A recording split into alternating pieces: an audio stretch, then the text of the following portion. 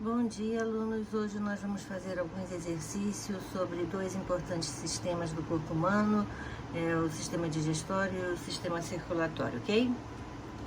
A digestão ocorre através da mistura dos alimentos, do movimento destes ao longo do tubo digestivo e da decomposição química de grandes moléculas de alimento para moléculas menores.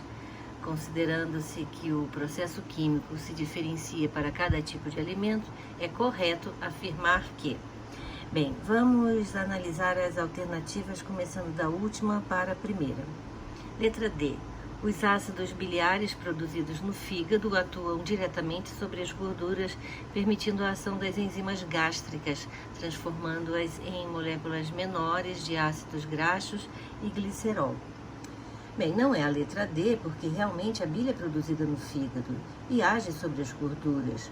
Até aí a afirmativa está correta, porém a continuação da frase é que está errada.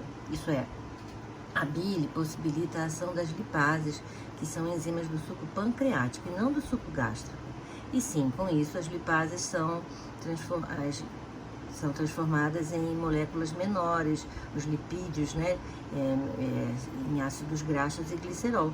Mas o que faz essa alternativa estar errada é exatamente o fato dos lipídios não fazerem parte, as lipases, desculpe, não fazerem parte do suco gástrico, que é produzido pelo estômago, e sim do suco pancreático. Letra C. A parte não digerida, que são as fibras e restos celulares da mucosa do intestino, é conduzida ao cólon, mantendo-se lá até ser expelida. Bem, também não é a letra C, porque as partes não digeridas dos alimentos e as fibras permanecem no reto até serem expelidas e não no cólon. Letra B. O amido ingerido presente nos pães e nos legumes é decomposto por enzimas presentes na saliva, no suco gástrico e no intestino delgado. Também não é a letra B, porque o amido dos alimentos não sofre digestão quando está no estômago. As enzimas que digerem o amido estão presentes na saliva, que é a pitialina, também chamada de amilase salivar, e no suco pancreático, sob a ação dos carboidratos, amilase pancreática, por exemplo. Então, a resposta é a letra A. No estômago, inicia-se a digestão das proteínas, que se finaliza no intestino delgado pela atuação do suco pancreático e secreções biliares. Resposta, então, letra A. Uma pessoa fez uma refeição da qual constavam as substâncias 1, 2 e 3. Durante a digestão, ocorreram os seguintes processos. Na boca, iniciou-se a digestão de 2, no estômago, iniciou-se a digestão de 1 e a de 2 foi interrompida. No duodeno, ocorreu a digestão das três substâncias. Com base nesses dados, é possível afirmar corretamente que 1, 2 e 3 são, respectivamente, a digestão química dos carboidratos se inicia na boca, sob a ação da pitialina, e é interrompida no estômago. E aí ela vai continuar lá no intestino delgado, no duodeno. A digestão das proteínas se inicia no estômago e continua no intestino delgado também. A digestão química dos lipídios começa e termina no intestino delgado sob a ação das lipases. Então a resposta é letra B, respectivamente, proteínas, carboidratos e lipídios. Com relação à digestão de proteínas, podemos afirmar que a digestão química das proteínas, como carnes que nós ingerimos, só começa na boca pela ação da... Não começa na boca a digestão das proteínas. Aonde começa a digestão das proteínas é no estômago. E elas vão... Quem vai agir sobre as proteínas é a pepsina, que é uma enzima do suco gástrico, do suco que o estômago produz. Mas ainda não acabou, ainda vai continuar. A digestão começou no estômago e nós temos agora peptonas, porém ainda não são absorvíveis. Aí a digestão continua no intestino delgado, sob a ação da tripsina e das peptidases intestinais. Essa continuação é muito importante porque nós só absorvemos quando as proteínas estão a nível de aminoácidos, para mais tarde sintetizarmos novas proteínas, proteínas diversas novamente. Então a resposta é a letra D, pois estão corretas as respostas 2 e 3. Isso é, inicia no estômago pela ação da pepsina e termina no intestino pela ação da tripsina e das peptidases intestinais. Não inicia na boca pela ação da amilase salivar, isso acontece com os carboidratos. E a 4 também está errada, termina no intestino pela ação da pepsina e das peptidases intestinais. Então, a resposta correta, letra D, 2 e 3 estão corretas. 1. Início da digestão de amido. 2. Emulsionamento de lipídios. 3. Absorção de água. 4. Término da digestão das proteínas. Os eventos da digestão citados acima ocorrem respectivamente. Bem, vamos analisar cada uma das alternativas. 1. O início da digestão química do amido se dá na boca sob a ação da amilase salivar, também chamada de ptialina. 2. Quem emulsiona as gorduras, facilitando a ação das lipases, é a bile. E isso acontece no intestino delgado, mais especificamente no duodeno, onde a bile produzida no fígado e armazenada na vesícula biliar age. 3. A absorção de água, sais minerais e o álcool também, este em grande quantidade, ocorre em pequenas quantidades no estômago. Porém, uma grande e significativa quantidade de absorção de água e sais ocorre no intestino grosso. 4. A digestão das proteínas, que se iniciou no estômago sob a ação da pepsina, termina no intestino delgado a nível de jejum e ilho. Portanto, a resposta correta é a letra C. Na boca, no duodeno, no intestino grosso e no jejum ilho. A letra C, então, na boca, no duodeno, no intestino grosso e no jejum ilho.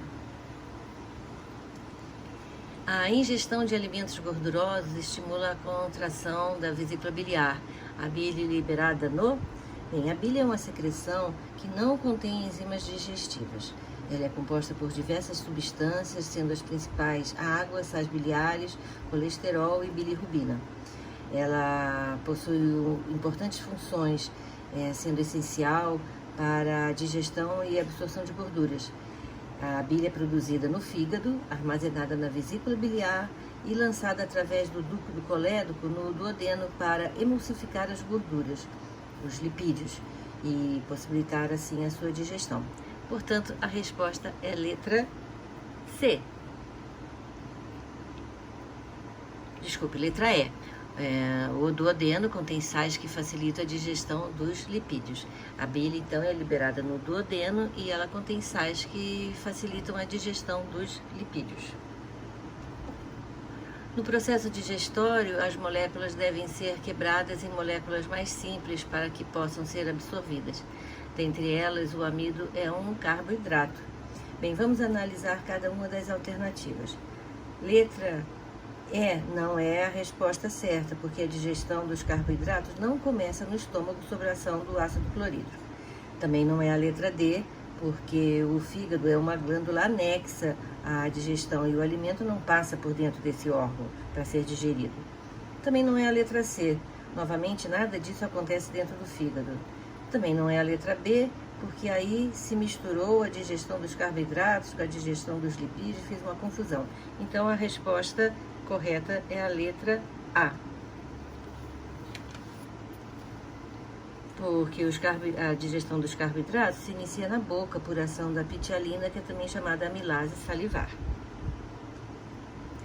O alimento é movido ao longo do esôfago por um processo proveniente da contração da camada muscular, fazendo uma espécie de onda que progride e espreme o alimento para baixo e para frente, e de maneira semelhante à saída de creme dental de um tubo. Tal processo é denominado, e a resposta é a letra A, muito fácil, né? Essa é a definição de movimento peristáltico ou peristaltismo, por isso a resposta é a letra A. Muito fácil essa questão. As glândulas anexas ao tubo digestório são... Bem, as glândulas anexas são órgãos que participam indiretamente do processo digestório, produzindo enzimas ou outros sucos com funções digestivas, mesmo que não contenham enzimas, como a bile, por exemplo. Elas são as glândulas salivares, parótida, submandibular e sublingual, o pâncreas, que produz o suco pancreático, e o fígado, que produz a bile. Portanto, a resposta, letra C, glândulas salivares, pâncreas e o fígado. Analise as afirmativas a seguir. 1.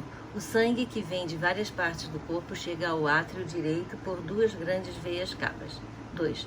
O sangue sai do átrio esquerdo e passa para o ventrículo direito, onde é bombeado para a artéria pulmonar. 3.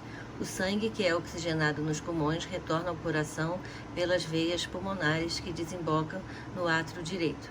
4. O sangue sai do átrio esquerdo, passa pelo ventrículo esquerdo, que bombeia para a aorta. Estão corretas as afirmativas? Bem, vamos analisar as afirmativas a seguir. 1 está correta. Realmente o sangue venoso vem para o coração e chega por duas grandes veias cavas. Veia cava superior e veia cava inferior, que trazem sangue venoso de todo o corpo que vai entrar no átrio direito. A 2 está errada, porque do lado direito corre sangue venoso e do lado esquerdo corre sangue arterial. E no nosso caso, no nosso corpo, o sangue arterial não se mistura ao sangue venoso. O sangue que sai do átrio esquerdo passa pela válvula mitral e vai para o ventrículo esquerdo. 3. Ela está errada também, porque o sangue oxigenado que sai dos pulmões chega ao coração pelas veias pulmonares que desembocam no átrio esquerdo do coração. E a 4 está correta. Realmente o sangue arterial que sai do átrio esquerdo passa para o ventrículo esquerdo, que bombeia, que bombeia para a aorta, que vai levar esse sangue para todo o corpo. Então a resposta é a letra A. 1 e 4 estão corretas. 1. O sangue que vem de várias partes do corpo chega ao átrio direito por duas grandes veias cavas. E 4. O sangue que sai do átrio esquerdo passa pelo ventrículo esquerdo, que bombeia para a aorta. Resposta letra A. O coração humano apresenta uma série de peculiaridades para que a circulação sanguínea se dê de forma eficiente. Assinale a opção que apresenta a afirmativa correta em relação a essas características. Bem, vamos ver cada alternativa. Não é a letra A, porque realmente o ventrículo esquerdo tem as paredes mais espessas, mas isso é para impulsionar o sangue arterial através da aorta e para ir para todo o corpo. A letra C está errada, porque as válvulas cardíacas, tricúspide do lado direito e mitral do lado esquerdo, têm a função de impedir o refluxo sanguíneo, isso é, impedir que o sangue volte aos átrios. A letra D também está errada, porque o sangue é oxigenado somente nos pulmões, onde ocorre a hematose. O sangue venoso cede gás carbônico para os alvéolos pulmonares e recebe dele o oxigênio, se tornando assim sangue arterial. A letra E está errada, porque a separação das 4 cavidades cardíacas, ao contrário, possibilita o maior controle do volume sanguíneo. Então, a resposta é a letra B.